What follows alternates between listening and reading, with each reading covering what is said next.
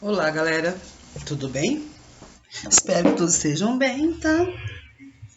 Vamos lá, nós vamos começar a falar da política de saúde no Brasil. Esse vídeo é um pouquinho mais longo que o outro, né? Porque eu preciso explicar as datas, como começou, e vocês vão entender para nossa saúde de hoje como anda, tá? Não desistam, o vídeo um pouquinho pode ser cansativo, porque nós vamos falar de épocas passadas. Vamos lá, então, gente. Origem institucionais do SUS. Então, tudo começou lá atrás, em 1543, a medicina liberal e filantrópica, quando inaugurou a primeira Santa Casa de Misericórdia de Santos. E inicia-se o primeiro ciclo de instituições de saúde em nosso país, herdeiras das cooperações de ofício e irmandades medievais. Esses hospitais tinham relação entre medicina liberal e a filantrópica. Era de origem religiosa, na qual os médicos, em troca de prerrogativa de atender seus pacientes particulares, prestavam assistência aos pobres que buscavam conforto para os seus padecimentos. Então, o que a gente vê aí? Que em 1543, quando inaugurou a primeira Santa Casa de Misericórdia, os médicos que atendiam pacientes particulares, em troca, eles prestavam assistência aos pobres que buscavam conforto para os seus padecimentos, né, para os seus doentes. Então, assim, se ele atendesse 10 pacientes particulares, ele tinha que atender pelo menos 5 aí que não tinha condições de pagar. Nessa época, então, já delineava um quadro de distinção das populações em dois segmentos. De um lado, aquele que podia pagar e do outro lado, aquele que não podia, né? E por isso que a Santas Casas recebeu esse nome de misericórdia.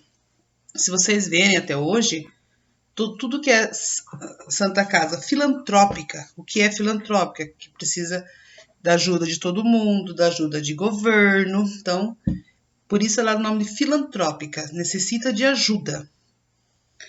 Elas recebem a maior parte dos pacientes SUS. Hoje em dia mudou muito isso, então você vê que a Santa Casa é mais SUS, né, do que particular, mas antigamente era diferente, era o contrário. Em 1930, a economia era agroexportadora e havia um domínio das oligarquias rurais. Nessa época, a política de saúde que dominava era a medicina liberal e filantrópica ainda. De 1930 a 1964, a partir da Revolução, ocorre um novo pacto entre as oligarquias e a burguesia urbana, que são características desse período da industrialização, populismo e o desenvolvimento. Na política de saúde, observa-se uma transição entre medicina liberal filantrópica e a medicina previdenciária, né, onde mais pessoas faziam parte da previdência e começavam a pagar. De 64 a 85, nós vivemos o período de regime militar, então intensificou-se a urbanização e a industrialização, que é um período de ditadura, arbítrio e centralização político-administrativa. Nessa época surgiu a supremacia da medicina previdenciária, que era o INSP e o INANSP, né?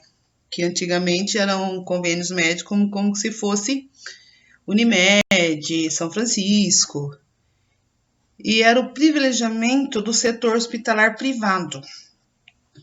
Em 1988, surgiu a implantação do Sistema Único de Saúde, o SUS. Portanto, foi uma abertura de um novo e inédito capítulo das nossas histórias de saúde, a reordenação de estruturas existentes originárias, a medicina liberal, saúde pública e assistência médico-privado. Então, vocês veem, conforme vai passando os anos, a nossa medicina foi ganhando mais espaço, a nossa saúde pública foi ganhando mais espaço, e assim ganhando um pouquinho mais de poder. E o pessoal, o povo em geral, tendo um pouco mais de atendimento. Desde 1988, o Brasil tem claramente definida sua Constituição Federal, que é uma política de saúde assim fundamentada, né? Em 1998, quando surgiu, então surgiu o artigo 196, que dizia o quê? A saúde é um direito de todos e dever do Estado, garantido mediante políticas sociais e econômicas que visa a redução de risco de doenças e agravos, e o acesso universal e igualitário às ações de serviço para promoção, proteção e recuperação. Assim dizia a Constituição Federal de 1988. Pela primeira vez em nossa história, a saúde é tratada como um fato social relevante, de interesse público, e um direito de todo o povo brasileiro por meio do Sistema Único de Saúde.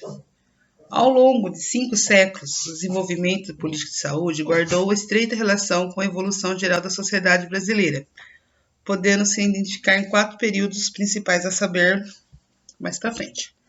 Gente, então, o que é aqui interessante a gente saber? Esse artigo 196. A saúde é um direito de todos e dever do Estado, que garante, mediante políticas sociais e econômicas, e visa a redução de risco de doenças e agravos. Isso quer dizer que todo mundo tem direito ao médico, todo mundo tem direito a exame. Infelizmente, a gente vê que hoje em dia não é muito desse jeito.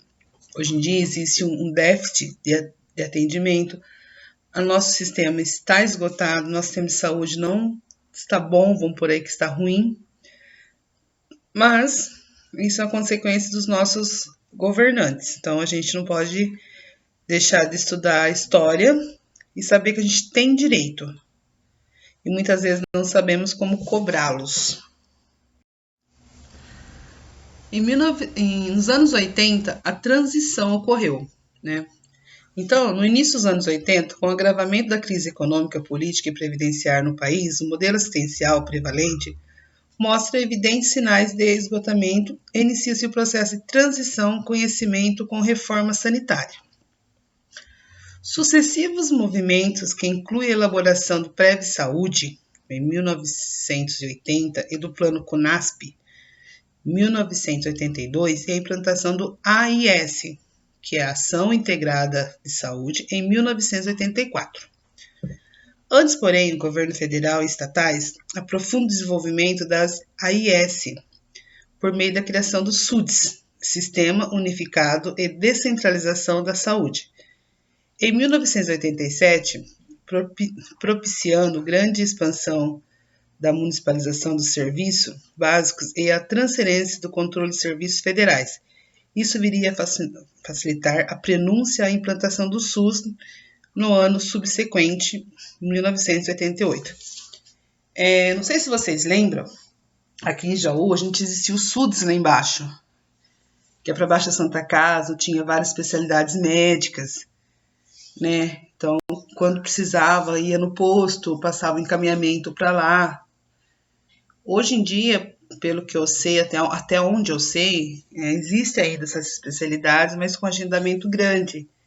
Então, o posto de saúde que você pertence ao seu bairro, ele agenda e marca o médico que você precisa, tá? Com a descentralização que foi ocorrendo aos anos, foi passado mais especialidade para os postos de saúde, como vocês veem. Tem posto que tem ginecologista, pediatra, oftalmo, dentista. Assim, infelizmente, era como deveria ser feito. A gente vê que hoje em dia não é assim, mas a estrutura era para ocorrer dessa forma.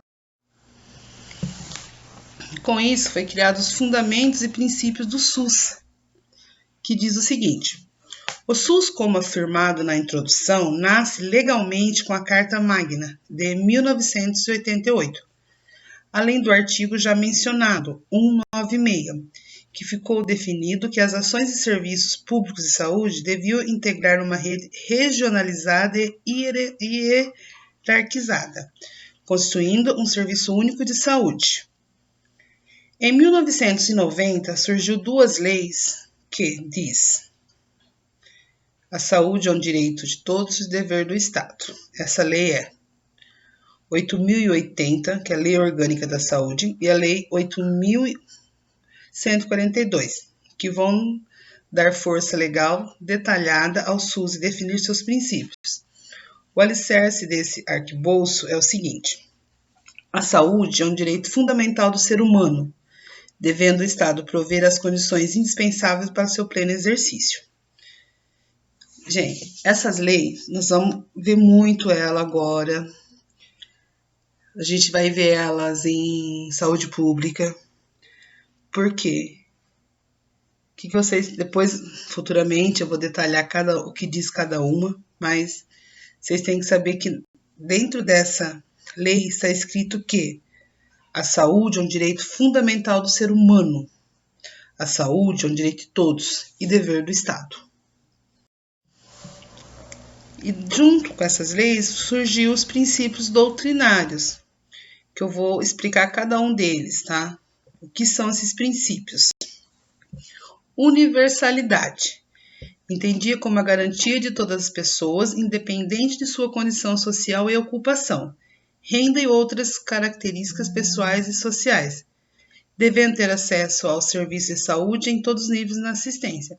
Universalidade, gente, quer dizer que todo mundo tem direito, se é rico, se é pobre. Então, aquela coisa assim, um rico procurou um posto de saúde, ele também tem direito a isso, tá? Não é porque ele tem outra condição social que ele não tem direito a serviços públicos. Integralidade. Entendia-se um conjunto de ações de serviço de promoção, prevenção, recuperação e reabilitação do caráter individual ou coletivo. Integralidade é garantir que todas as pessoas tenham uma promoção, prevenção e recuperação. O que seria isso? Um exemplo, se você sofreu um acidente de moto, você tem que ter a prevenção para uma infecção, a recuperação e a reabilitação, se caso for necessário. Fisioterapeuta, curativos, tudo que um indivíduo precisa. Integralidade quer dizer conjunto de ações que o indivíduo precisa. Equidade. Assistência de saúde em preconceito ou privilégio de qualquer espécie.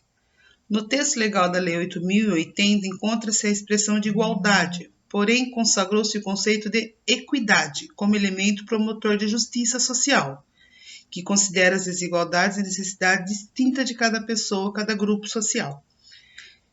Então, gente, por mais que seja um direito de todos, como diz a lei, a gente sabe que a equidade é a assistência de saúde. Então, todo mundo tem direito. Mesmo que a gente pense que uma pessoa tem mais condições que a outra. Então, lembre-se dessa frase, considerando as desigualdades e necessidades distintas de cada pessoa ou grupo social. Então, isso aí tem que ver se a pessoa é pobre, se a pessoa é rica, negro, branco, pardo, japonês, índio, todo mundo tem o mesmo direito. Assistência e saúde não pode existir o preconceito. Na nossa saúde, a gente não pode tratar ninguém com preconceito.